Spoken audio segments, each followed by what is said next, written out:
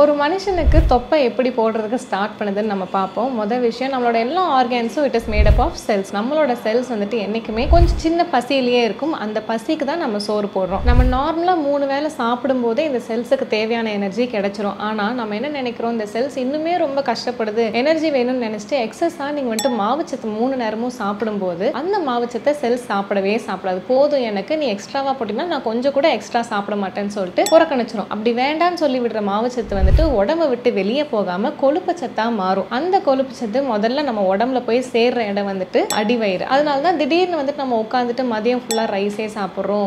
ஒரு மாசத்துல சின்னதா ஒரு தொப்பை வந்த மாதிரி இருக்கும். இந்த தொப்பையோ இல்ல தொந்தியோ இல்ல பெரிய அப்டமனே வந்துட்டு நார்மல் தானே, இது பெரிய வயிறு இருந்தா தான் நார்மல்னு பண்ணாம தயவு செஞ்சு ஃபிளாட் டம்மிக்கு என்னென்ன பண்ணணும், கார்போஹைட்ரேட்ஸ் கம்மி பண்ணணும், பசிக்காம சாப்பிடக்கூடாது, எக்ஸசைஸ் பண்ணணும், டெய்லி அப்டமன் ஒர்க் அவுட் ஒரு 10 நிமிஷமாவது பண்ணுங்க.